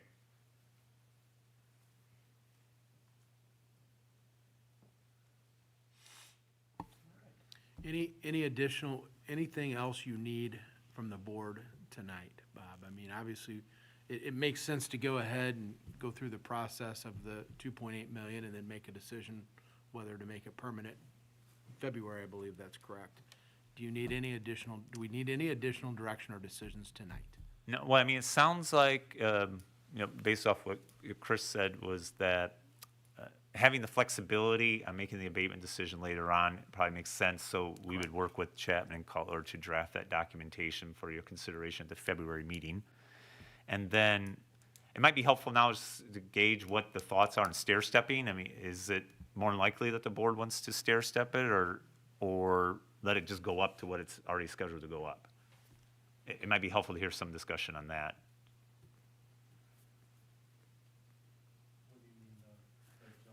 Yeah, the difference between scenario 1 and scenario 2. That. Yes, that's where you stair step, that's where you don't.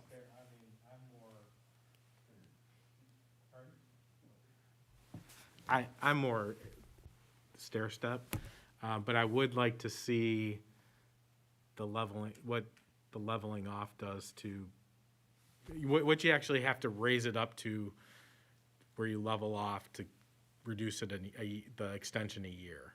That's what I'd be interested in. Okay. So what I'll do is option 1A, I'll do it where we extend it just in the current year, and one where we go out one additional year, and you can compare that.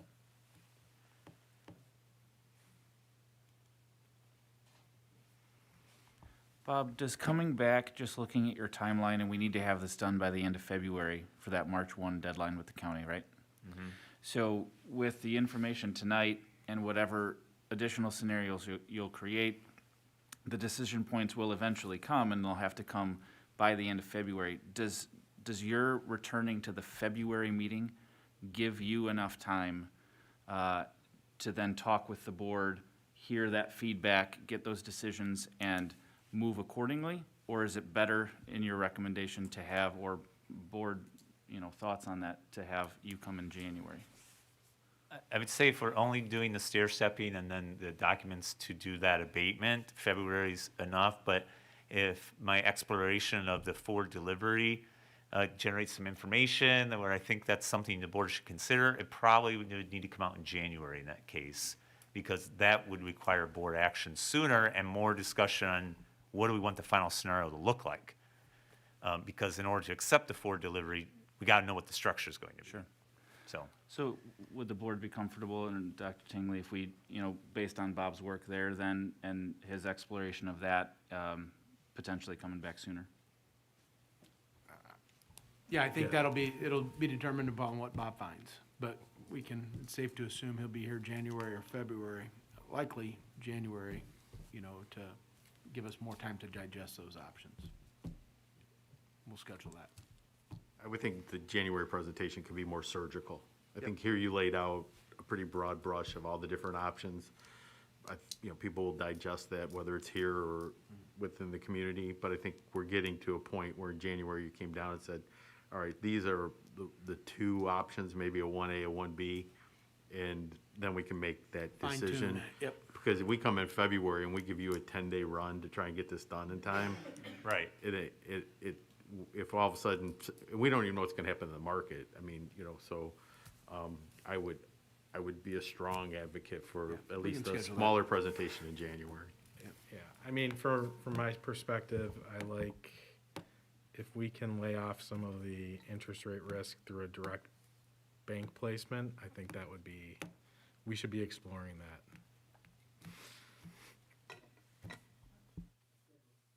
Okay. And when is that January meeting? Third Thursday, okay. Thank you. How do I disconnect, Brett? Okay, moving on to the consent agenda, which includes the approval of the regular meeting minutes of October 21st, approval of the special meeting minutes of October 25th, approval of the closed meeting minutes of October 21st and October 25th, approval of the payroll of November 5th, personnel reports, approval of District 210 advisory minutes from October 12th, the appointment of new member to the District 210 Advisory Committee, out-of-state travel. Would anyone like anything pulled from the consent agenda for discussion? If not, I'd entertain a motion to approve the consent agenda as presented. So moved. I have a motion and a second. Linda, if you'd open the vote, please.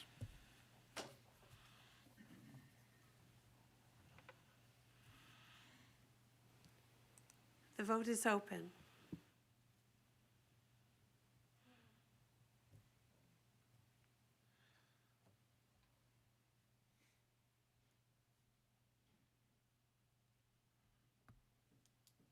The vote is unanimous. The motion passes. Thank you. Moving on to the action items. First up, presentation of invoices for October 22nd through November 18th, 2021.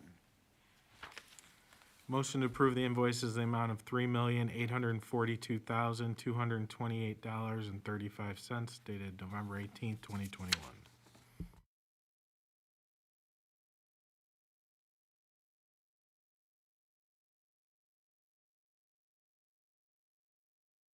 Linda, if you'd open the vote, please. The vote is open.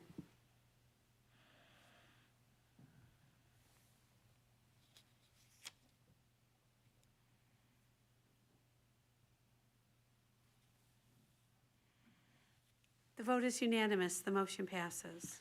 Thank you. Treasurer's report for October 2021. For the month of October, we received just over $25 million in revenues, and expenses totaled just under $8 million. As we expected, we received a large property tax distribution in early October. Last year, that was received in and reported for the month of September.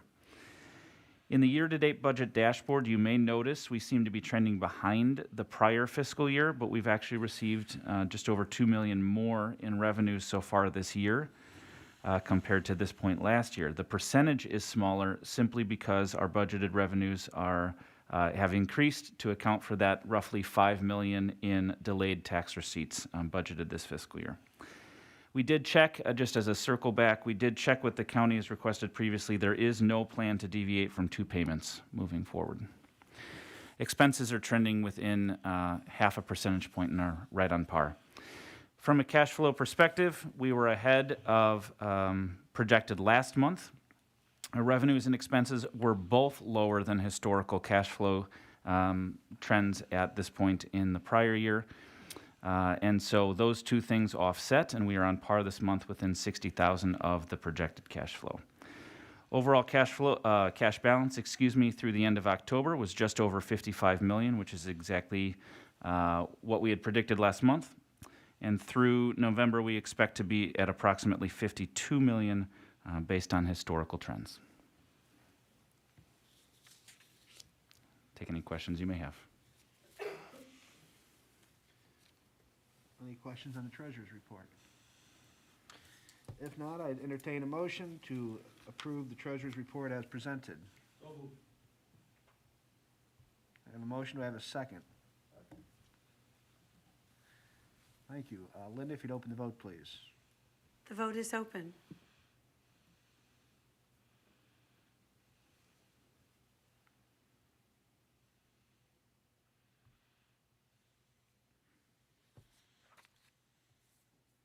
The vote is unanimous. The motion passes. Thank you. Student activities for October 2021. Included in your backup materials is the report for the student activity account. For the summary, the fund balance is $2,342,932 with revenues of $376,704 and expenditures of $354,233. And there were no accounts with a negative balance as of October 31st. Well, it's 2 months in a row. Yeah, let's not jinx it. Any questions on the student activities report? If not, I'd entertain a motion to approve the student activities report for October 2021 as presented. I have a motion and a second. Linda, if you'd open the vote, please. The vote is open.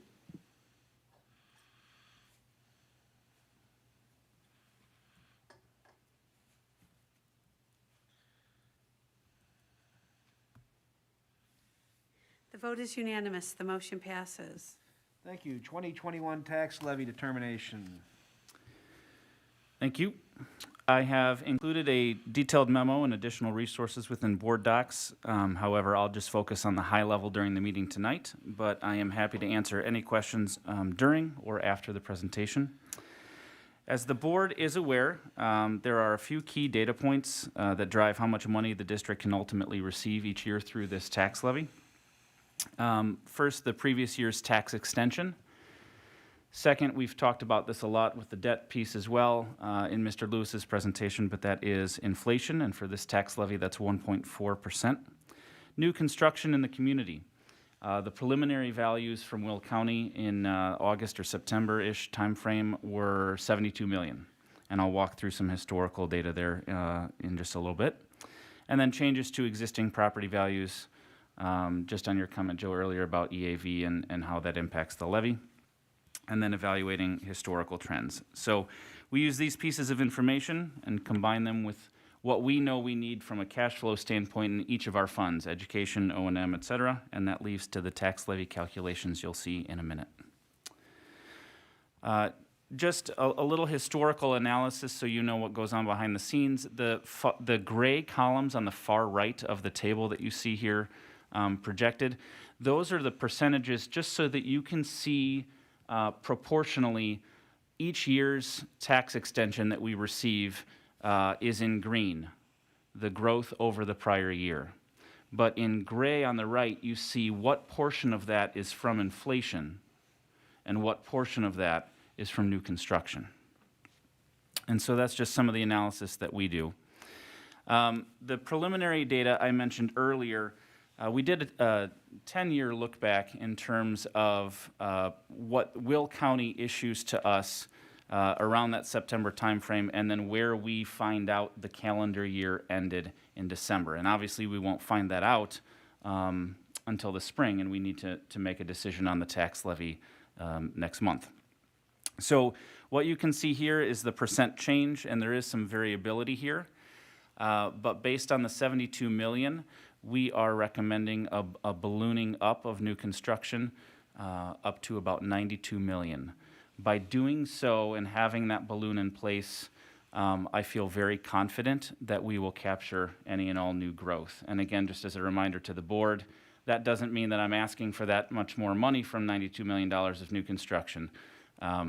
If and likely when it is less or slightly less than that number, the county obviously lowers us down to our allowable extension. This just guarantees that we will be collecting from all the new property. Historical changes from existing property values. So this is your EAV change. And what I found interesting is, and this is just a kind of a data dive that I did in my first year with the district and my first tax levy with this board, is that it's very consistently about a 7% drop from their preliminary data to the final in terms of EAV. Now, the most impactful pieces for the money that we're eligible to receive come from inflation and new construction. But this piece here does factor into the limiting rate, and it affects our tax rate. And so this is another piece that I want you to be aware of. And so conservatively, I'm estimating it decreasing 7.9%. So with that work, what we've done here is that leads to these calculations. I know it is small, but the 2021 operating tax levy is projected to increase 3.54% with that ballooned new construction. Existing taxpayers will experience on average in the aggregate the 1.4% or inflation, and the remaining portion would come from new property. The overall levy, including debt service, as is currently scheduled, is projected to increase 6.73%, and that includes the separate bond and interest levy for debt service payments. Now, the tax levy determination resolution you're approving tonight, as well as the final tax levy in December that gets approved and sent to the county, that is for all funds, but bond and interest is separate. It is not included in your capped funds, and that is why we have the March 1st deadline that Bob mentioned earlier. So that is separate and subject to change per any further board discussion. That's kind of all I have for the high level in terms of the tax levy here tonight and the analysis that went into it, but I would welcome any questions if you have them.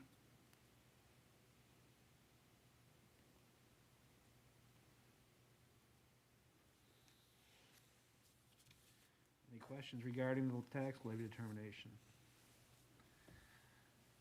If not, I'd entertain a motion to approve the 2021 tax levy determination as presented.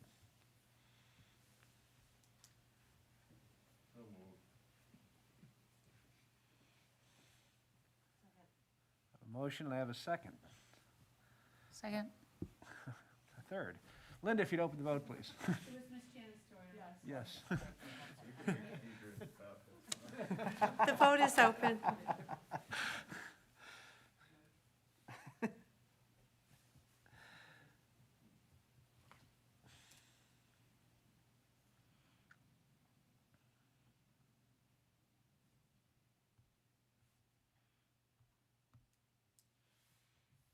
The vote is unanimous. The motion passes. Thank you. Student device purchase spending plan. Cheryl will provide an overview. Go ahead, Cheryl. Tonight's proposal to purchase student devices includes convertible laptops to expand our one-to-one program and provide additional devices to support remote and hybrid learning. The devices are priced at $472.45 with a 3-year warranty. Our district staff has worked directly with Lenovo to secure custom pricing that's good through December 30th. Funding for this purchase will come from the FY22 technology budget, the ESSER 2 grant, and an emergency connectivity fund grant. Budget allocations from all these sources totaled $980,000 Tonight's request for $944,900 for board approval is approximately $35,000 under that budget. Administration is recommending the Board of Education approve the purchase as presented. And take any questions. Quick question, what was the price last year? We were at $428 last year, and it did go up this year with the cost of parts. And I just had one question. It says, in the background section, it says provide opportunities for all students, including the class of 2023. Are we giving devices to them, or is this replacement for carts for those kids to use, since it's only 24, 25 now? Okay, we'll give new devices to our incoming freshman class. Our plan is to take the 1,600 computers that we have out on carts right now for our juniors and seniors and make those available to the seniors, which would be the class of 2023. Yeah. Some of those devices are aging, we can't get parts, so that's part of the request to help support the class of 2023. And then those devices can be used for repair spares or loaners for students in the future. Sounds good, thank you. What does it mean by convertible laptop? The same types of device, Mike, if you want to flip yours around. Oh, okay. It's the exact same device our freshmen and sophomores have right now. You can use it as a laptop, you could use it as a tablet, it has the touch screen, it has a stylus that you could write on the screen.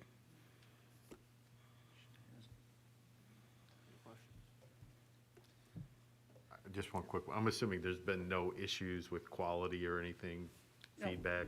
This is all good? No, we've had, a few repairs this year. Total has been around 60. All but 2 have been covered under warranty so far, so it's gone very well for You're us. satisfied with? Yes. Good. Better than anticipated. That was a good question. Better than anticipated. We were nervous. I was going to ask the same thing about the warranty, so it's been recognized and, Yes. okay, great. Excellent. If there's nothing else, I'd entertain a motion to approve the student device purchase spending plan as presented. A motion by Mr. Lacine. Do I have a second? Second by Mr. Lucetti. Linda, if you'd open the vote, please. The vote is open.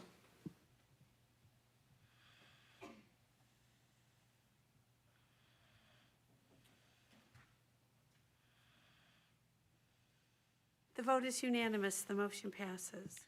Thank you. Our final action of the evening, intergovernment agreement for the sharing of student data with school districts 81, 114, 122, 157C, 159, and 161. I'd ask Dr. Murphy to give a brief overview, and he would provide then the recommendation. Go ahead, Brian. Sure. So the intergovernmental agreements are coming into play because of the Student Online Protection Act that's been implemented over this past year. In order for us to continue to share data, meaning the demographic data and the results of the PSAT with our feeder school districts, we need to have an intergovernmental agreement stating that we're going to both work collaboratively to share this information. We also use the demographic information as part of our registration process that actually begins right about now. As we start to receive the student data, we start to put them into our system so we can start registering students for our classes for the next year. And all feeders will be approving the same resolution as we're providing this evening. Is this just like a boilerplate IGA? I mean, everybody's... Correct. Okay. Yes. It came from our attorneys, yes. My next question. Izzo and Correct. the gang Yep. saw all these? Okay. John has, and then the feeders shared them with their attorneys as well. There were some adjustments to individual districts, but are all fairly uniform. Yeah. Thank you. Thanks, Brian. Any questions on the sharing of the student data agreement, the intergovernmental agreement? With that, I'd entertain a motion to approve the intergovernmental agreement for the sharing of student data as presented. I'll make that motion. I have a motion. Do I have a second? I have a second by Mr. Lucetti. Linda, if you'd open the vote, please. The vote is open.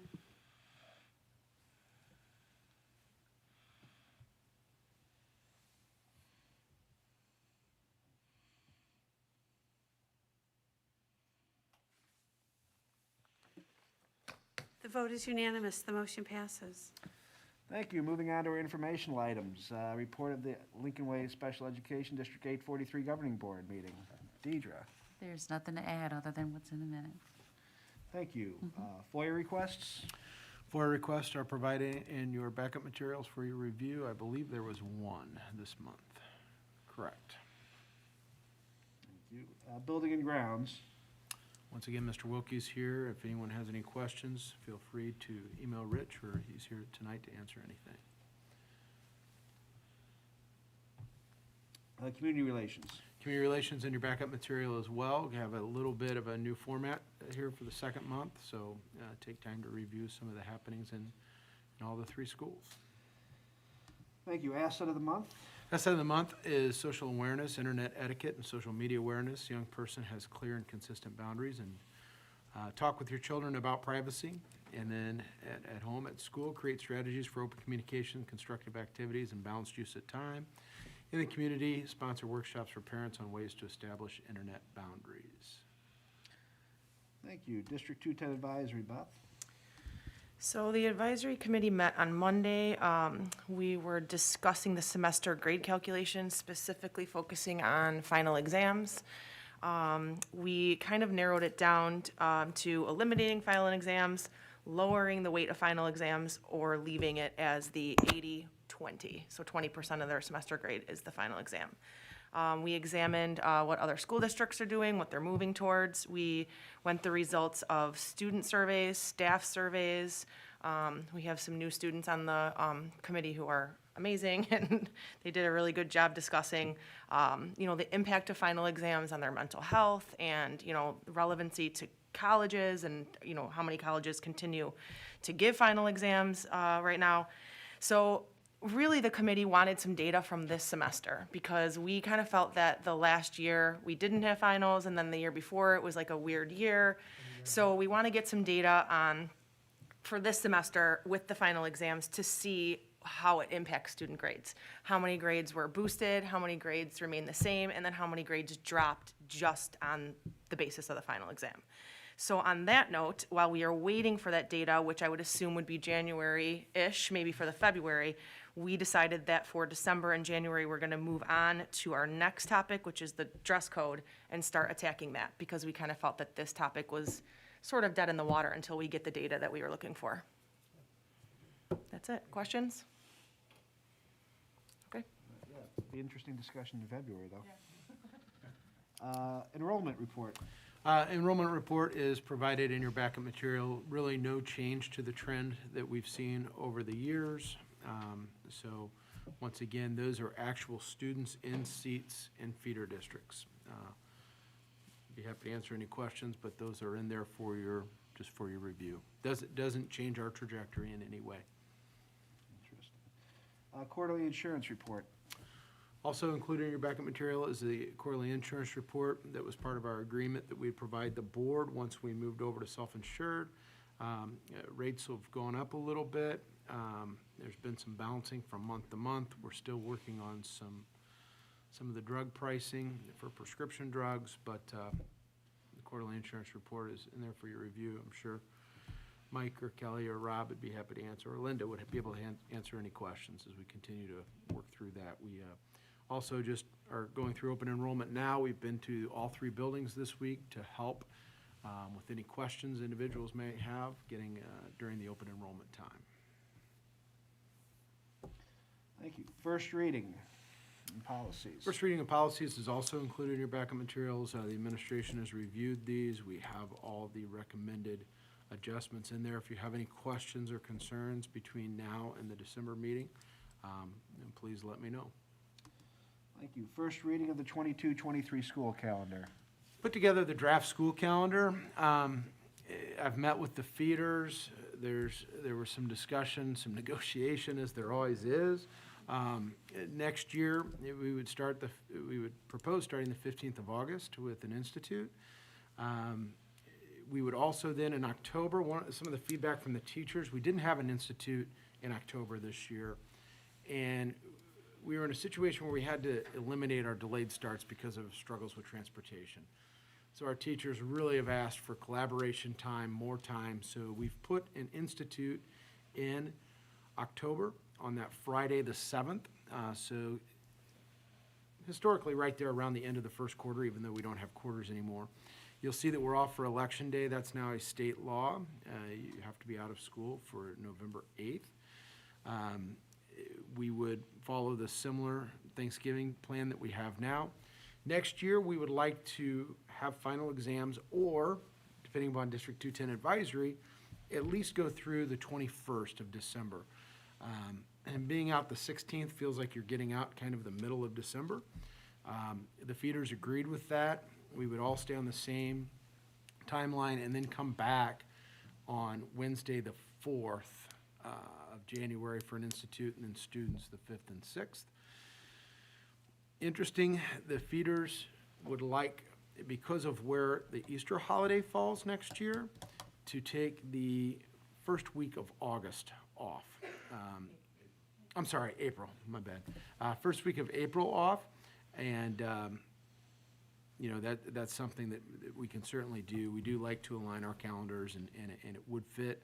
State testing will likely be the 12th or the 19th. You just kind of, you never know. You would think that's something they could publish ahead of time, but they keep it a secret until that year. We don't know. And then school would potentially be out on the 24th of May, which seems early, but we've added a couple days off with institutes, and then every month has at least one day off, which teachers, students kind of appreciate. So this would be our proposed calendar that we would bring back for approval in December. We would then get that out to all the parents through our social media, so parents can plan for the following year. Any questions at any? Are the delayed starts still on the table? If transportation gets better? They're on the table, absolutely. If we're able to get transportation up and going to the level we need, that's something we will revisit. Okay, We've good. even talked about, you know, do we get to the point where we do a practice, you know, Late start. online day? Yeah. Where we go ahead and students, you know, we do a practice snow day in October, where the students are remote, we do our full day, the teachers have that hour and a half at the end of the day then to collaborate. Yeah. So that's something we could consider. That sounds interesting. Also too, I don't know if you normally have this on here. I know this is just a draft, but seniors, are they out before the 22nd, or are we still? Seniors, we always do. Yeah. Yeah, seniors would likely be out probably around the 17th, but we always Okay. set that date. Yeah. Okay. Okay. Question, Joe? Always one of my most fascinating topics I that know. we have here. I know. I was just, when I looked at this, I was a little bit surprised by the Easter thing. Can you give any like guidance as to why we go 13 basic weeks without the break, and then we have Easter, and then we come back for technically 5? Yeah, I mean, Yeah. Easter would be the 9th. it's early, I get The it, I ninth. mean, but, No, it's late, you mean. I mean, April 9th. No, that's well, early. I suppose it could be in That's March. early. Yeah, the earliest. Well, regardless, set aside the holiday, so the set religious aside- aspect of it. here's- 13, and then you go 6. Yeah, and here's Yeah. here's the argument. If we put it the last day or the last week of March, like we have done, then the following week, all the feeders are gonna take the Friday, Monday. They always do. Sure. And so that would then, we'd go a week off, we'd come back for 4 days, and then we'd come back for 4 days. I'm So only that gonna was push, and I'm the only one in here without a kid anywhere near Yeah. the schools. Yeah. But I mean, we talk a lot about a social, emotional learning and all this other. Sure. I mean, yeah, I'm just sitting there, like, when I saw that, I just stepped back and said, well, I guess we're done with that. Because, I mean, why wouldn't we go the week of the 20th? Or even, you know, and just say, hey, because it's supposed to be a spring break, Yeah. not around the, Yeah, and I'm just pointing it I'm out. the same That way. was- My kids play baseball, so it doesn't matter. We're not going anywhere. but Well, yeah. whether you're going or not, the Sure. whole idea is that you're Getting a I mean, break. you're busting through January, February, and all of March before you're saying, okay, now you get some time off, then you get to come back, and I know you can count it's 6 weeks, but Sure. we've also know that the closer you get to the end, the seat and tray in the upright and lock position, everybody's ready, and we're done. But I just, that was my only one observation, that I Yeah. thought, man, if I was at a K through 8, I'm not so sure I'd want to be pushing for 13 weeks straight without that break. This was actually, I get it. I had I'm pushed- just I asking. had pushed for the winter break because I wanted us to go a little bit longer. And then I said, you know, consideration, I'm okay either way. For us, the 27th would work. They preferred the 3rd, the feeders did. And you know, going back to the holiday one, I mean, we had both of them. Deidre, please. Yeah, that's all right. Going back to the holiday, I guess I would see having the 23rd off and pushing another day in January, just to make it feel like it's 2 solid weeks. Because I think those breaks, when we break up those weeks I don't know. I just look at it that way. And then also, I agree that waiting all the way until April, you know, especially for our older students who maybe do college travel. So I don't know. Well, and these always, these go to the teachers, and sometimes there's adjustments, so this was last Monday, we'll see where this goes. Yeah. Sure.